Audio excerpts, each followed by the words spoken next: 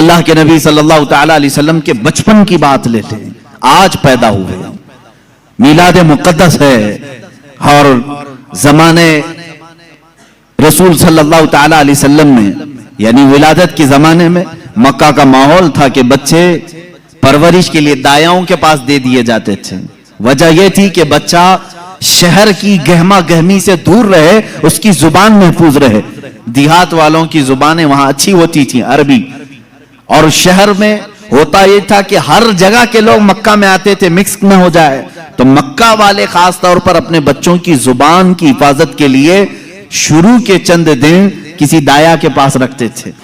رسول کریم صلی اللہ تعالی علیہ وسلم جب پیدا ہوئے، یہ وہی زمانہ ہے جب بنو سعد قبیلے کی دایا عورتیں ہیں۔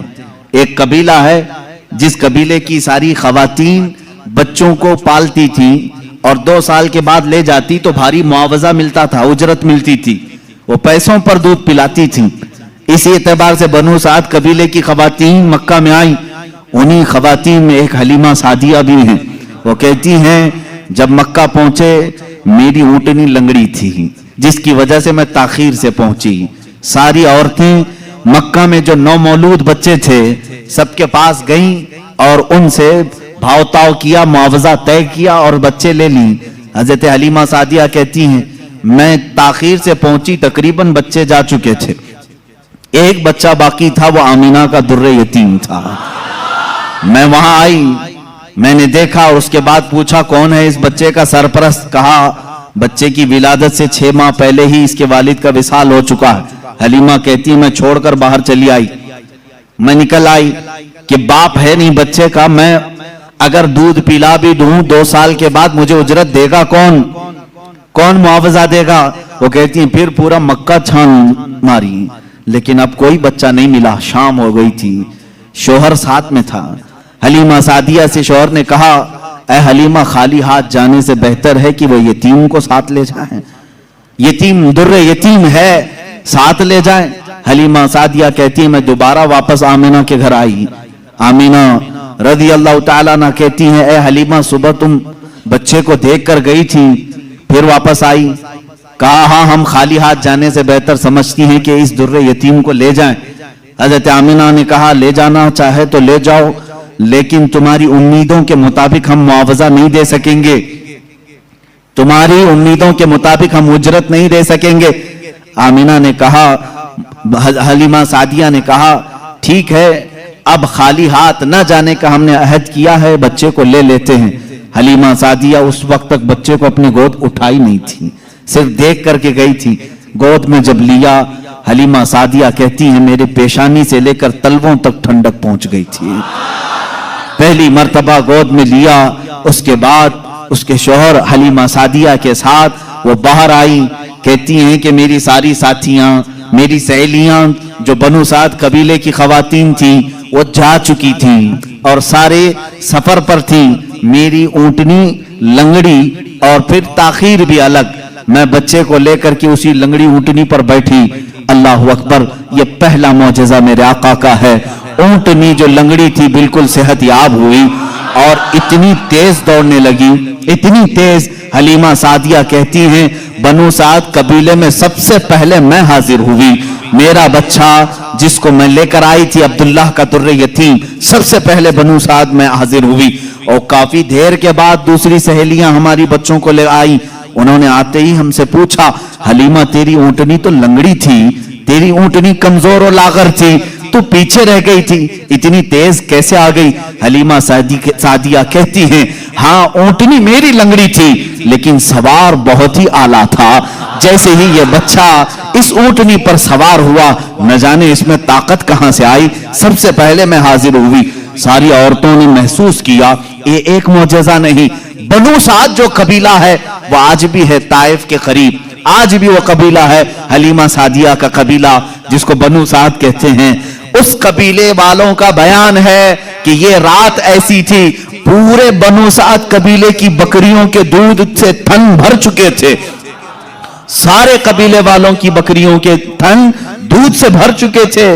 حلیمہ سعدیہ کہتی ہیں جب میں بچے کو گھر میں لے آئی تو عجیب سی راحتیں اور برکتیں اور ہوائیں چلنے لگی، لوگوں نے محسوس کیا آج تک بنو سعد قبیلے میں ایسی خوشگوار ہوائیں آئی نہیں تھی، لیکن لوگوں نے بعد میں یہ محسوس کیا یہ حلیمہ سعدیہ کے گھر جو بچہ آیا ہے اسی کی برکتیں ہیں۔ ایک کے بعد دیگرے لوگوں نے معجزے دیکھے بھی۔ حلیمہ سعدیہ کی جو بیٹی ہیں شیمہ، جو حضور صلی اللہ علیہ وسلم کی دودھ شریک بہن ہے، حضور کی دودھ شریک بہن ہے، وہ کہتی ہیں میں محمد صلی اللہ تعالی علیہ وسلم کو گود میں لے کر رات میں بیٹھتی تھی، 1 سال کے نہیں تھے، 9 ماہ کے تھے، جب میں گود میں لے کر بیٹھتی تھی، تاریک راتیں ہوں یا اجالی راتیں ہوں، کھلے آسمان کے نیچے میں آ کر بیٹھتی۔ محمد عربی صلی اللہ علیہ وسلم کی پرورش میں حلیمہ کا گھرانہ لگا ہے۔ کہتی ہیں ہم مالدار نہیں تھے، کھیل کھلونے والی چیزیں ہمارے گھر نہیں ہوتی تھی، لیکن شیمہ کہتی ہیں جب محمد میری گود میں ہوتے، رات کو 14ویں کا چاند چمک رہا ہوتا اور محمد صلی اللہ علیہ وسلم گود سے انگلی کو یوں اٹھاتے، چاند ادھر چلا جاتا، کبھی چاند ادھر جاتا، گود میں انگلی جس طرف کرتے وہ چاند ادھر ہی جھک جاتا تھا۔ اعلیٰ حضرت امام عشق و محبت فاضل بریلوی رضی اللہ تعالیٰ عنہ یوں فرماتے ہیں چاند جھک جاتا ادھر، انگلی اٹھاتے مہد میں، کیا ہی چلتا تھا اشاروں پر کھلونا نور کا، کیا ہی چلتا تھا اشاروں پر کھلونا نور کا۔ صبح طیبہ میں ہوئی بٹتا ہے باڑا نور کا، صدقہ لینے نور کا، آیا ہے تارا نور کا۔ عزیزان گرامی، کھلونا بنا ہے کون؟ جس سے پوری دنیا آج تک کھیل نہ سکی، وہ محمد عربی صلی اللہ علیہ وسلم کا کھلونا بنا ہے۔ یہ میرے آقا صلی اللہ علیہ وسلم کے معجزات، گود کے معجزات ہیں، گود کے معجزات ہیں۔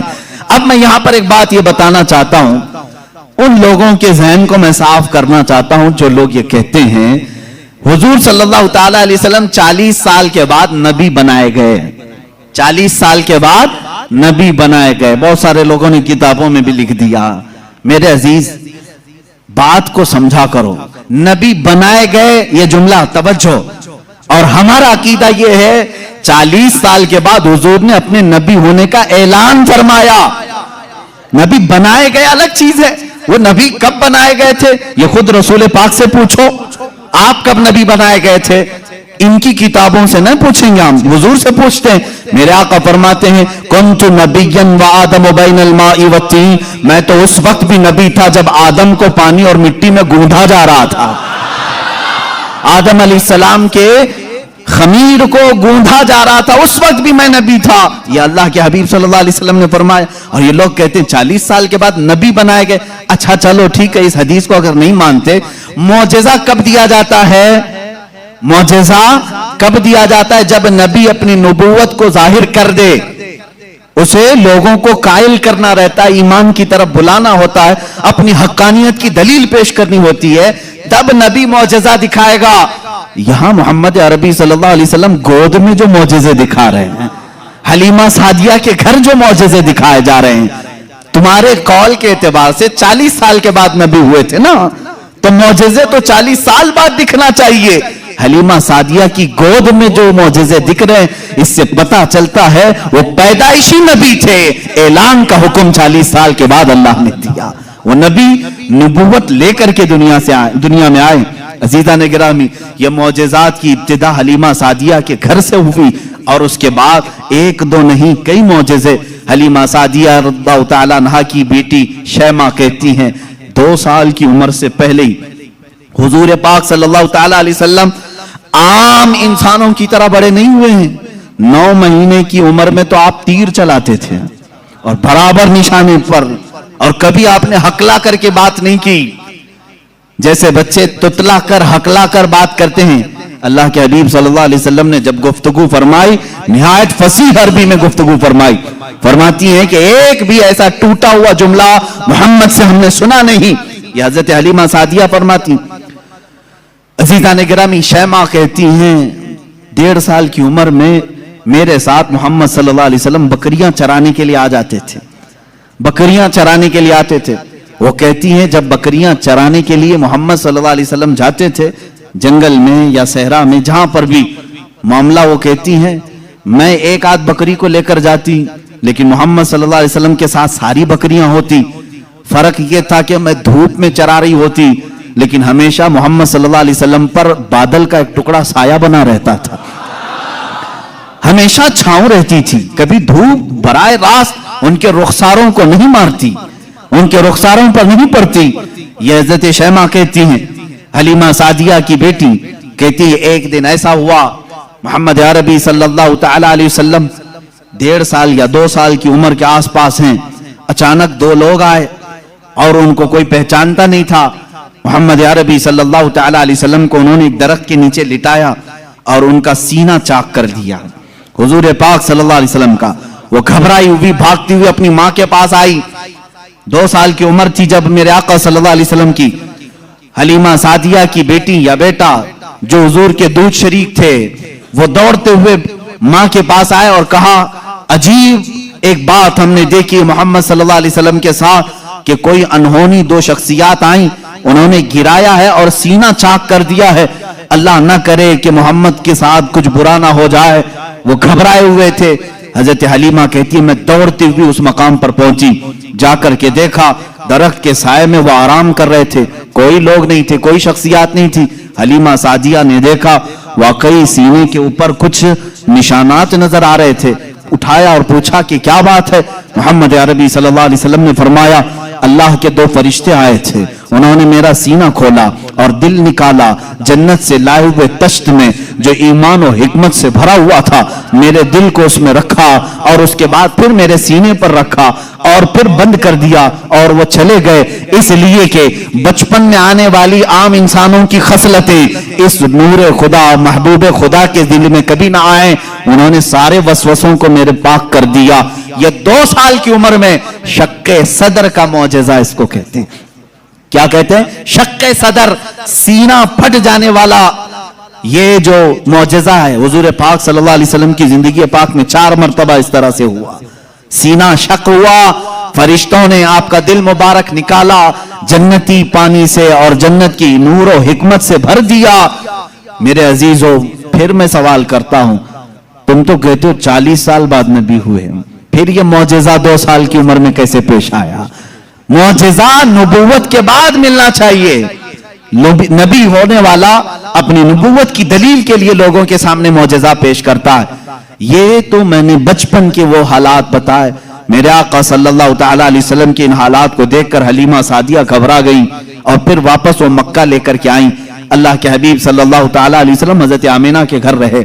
یہاں کے جو آپ کی زندگی پاک کے ایام ہیں وہ پھر اگلے کسی موضوع پر میں عرض کروں گا. آج معجزات مصطفیٰ ہمارا موضوع سخن ہے. اللہ کے نبی صلی اللہ تعالی علیہ وسلم کے کمالات اور معجزات بیان سے باہر ہیں, بیان سے باہر ہیں. کس چیز میں آپ نے معجزہ نہیں دکھایا؟ درختوں میں ہو, پتھروں میں ہو, جانوروں میں ہو, پرندوں میں ہو, مردوں میں ہو, آسمان کے تاروں, چاند, سورج میں ہو. کس چیز میں معجزے میرے آقا کے نہیں ہیں؟ ہر چیز میں. اور رزق میں وسعت اور برکت کے اتنے معجزے ہیں کہ پوری کتاب اس پر لکھی گئی. رزق میں برکت اور وسعت, اللہ کے نبی صلی اللہ تعالی علیہ وسلم نے جس چیز کو تناول فرمایا اور کسی کو دے دیا وہ ختم ہی نہیں ہوتی. یہ معجزہ ایک بار نہیں کئی بار پیش آیا, کئی بار پیش آیا. حضرت عمر فاروق رضی اللہ تعالیٰ عنہ فرماتے ہیں ایک بار 440 لوگ آئے, 440 لوگ حضور صلی اللہ تعالی علیہ وسلم کے پاس آ کر کے انہوں نے کہا ہماری مہمان نوازی کریں. رسول کریم صلی اللہ تعالی علیہ وسلم نے فرمایا عمر ان کو کھلاؤ. حضرت عمر نے کہا آقا میرے پاس ایک ہی آدمی کا کھانا ہے, ایک آدمی, یہ 440 ہیں. رسول کریم صلی اللہ تعالی علیہ وسلم نے ایک کھجور انہیں دی اور فرمایا جاؤ جتنا کھانا ہے اسی میں سے کھلاؤ. حضرت عمر کہتے ہیں میں لے گیا, 440 لوگ کھاتے رہے, میرا کھانا ختم ہی نہیں ہوا. وہ کھا کر چلے بھی گئے, میرا گھر پورا کھا لیا, پھر بھی کھانا باقی رہا. یہ رزق میں برکت اور وسعت کے ایک نہیں بے شمار معجزے ہیں میرے آقا کے. صلح حدیبیہ کے موقع پر مکہ مکرمہ جا رہے تھے عمرہ کی نیت سے. حضور اکرم صلی اللہ تعالی علیہ وسلم مکہ والوں نے بیچ راستے میں روک لیا تھا اور اس کے بعد ایک وقت ایسا آیا کہ لوگوں کے پاس پانی ختم ہو گیا, پانی نہیں تھا اور ایک کنواں قریب میں تھا وہ بھی سوکھ چکا تھا. وہ کنواں آج بھی مکہ میں موجود ہے, ہم نے اس کی زیارت کی. آپ ان سعودیوں نے 4 سال پہلے شاید ایک کمپنی کو ٹھیکے میں دے دیا اور اس کمپنی کے انڈر اب وہ کنواں ہے, ابھی اسے ختم نہیں کیا گیا, تقریباً 14 صدیوں پرانا کنواں آج بھی موجود ہے. وہ سوکھا ہوا, بالکل سوکھ چکا تھا. حضور پاک صلی اللہ تعالی علیہ وسلم نے کلی فرمائی اور کہا اس کنویں میں ڈال دو. صحابہ کہتے ہیں ہم نے اس کنویں میں پانی ڈال دیا, تھوڑا سا کلی کا پانی تھا, کنواں لبالب بھر گیا. پانی سے اتنا بھرا کہ جتنے لوگ تھے سبوں نے اس کنویں سے پانی پیا بھی, وضو بھی کیا, جسے غسل کی حاجت تھی غسل کیا, اپنے جانوروں کو بھی پلایا. ایک صحابی سے پوچھا گیا آپ لوگ کتنے تھے اس وقت؟ وہ کہتے ہم 1400 لوگ تھے, لیکن میرا یقین ہے کہ اگر 1 لاکھ ہوتے تو بھی پانی کم نہ پڑتا. اور اس کے بعد وہ کنواں کبھی سوکھا نہیں, آج بھی پانی اس میں موجود ہے. اور ایک کنواں بیر شفا جس کو کہتے ہیں, اس کے متعلق میں نے یہ سنا ہے کہ وہ نہایت ہی کھاری پانی, کڑوا پانی, جانور بھی نہیں پیتے تھے. اللہ کے نبی صلی اللہ تعالی علیہ وسلم بدر سے واپسی کے موقع پر اس میں اپنا لعاب پاک ڈالا, وہ پانی آج بھی میٹھا ہے, آج بھی میٹھا ہے. ان سعودیوں نے اس میں سیمنٹ بھر دیا, ڈامر ڈال دیا, تارکول ڈالا, کیمیکل ڈالا, ان کے اعتبار سے یہ شرک ہے. یہ سب سنی لوگ آتے ہیں تبرک سمجھ کر کے اس پانی کو نکالتے ہیں, اس کی کوئی اصل نہیں, اس کی کوئی سند نہیں, اس کا کوئی ثبوت نہیں. اور اس غصے میں انہوں نے کنویں میں ہر چیز ڈالی, لیکن پانی بھی بڑا ضدی ہے, ہر چیز کو نکل کر کے پھر باہر آتا ہے, ساری چیزیں ختم ہوتی ہیں. ابھی 6 مہینے پہلے کے سفر میں بھی پانی پی کر کے آئے, انہوں نے وہاں پہرے دار لگائے. آج بھی پتہ نہیں بغض کس بات کا ہے, بغض کس چیز کا ہے. تمہیں سینما تھیٹروں سے تکلیف نہیں ہوئی, بیر شفا سے اتنی تکلیف. تمہیں بیچ کھولنے میں شرم و حیا نہیں آئی.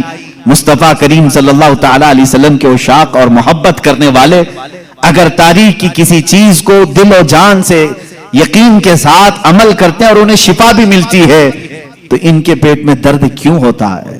حیرت کی بات ہے. عزیزان گرامی وقار, ایک بات, ایک فارمولہ تو مجھے سمجھ میں آتا ہے, ہر آدمی اپنے بڑوں کی روش پر چلتا ہے, ہر آدمی اپنے آقاؤں کو ضرور خوش کرتا ہے. الحمدللہ ہم ان تبرکات پر مر مٹتے ہیں, جان دیتے ہیں, اس لیے کہ ہمارے آقاؤں کا تبرک ہے, اور یہ ہر اس چیز کو مٹانے کی کوشش کرتے ہیں اس لیے کہ یہ بھی اپنے آقاؤں کی نسل میں سے ہیں. یہودی ہمیشہ چاہتے تھے کہ نام مصطفیٰ مٹا دیا جائے, ہمیشہ چاہتے تھے. تورات میں کھرچ کھرچ کر کے نام نکالے انہوں نے, لیکن اعلیٰ حضرت فاضل بریلوی رضی اللہ تعالیٰ عنہ نے یہ فرمایا, تو گھٹائے سے کسی کے نہ گھٹا ہے نہ گھٹے, جب بڑھائے تجھے اللہ تعالیٰ تیرا, مٹ گئے مٹتے ہیں مٹ جائیں گے آدھا تیرے, نہ مٹا ہے نہ مٹے گا کبھی چرچا تیرا. حضور پاک صلی اللہ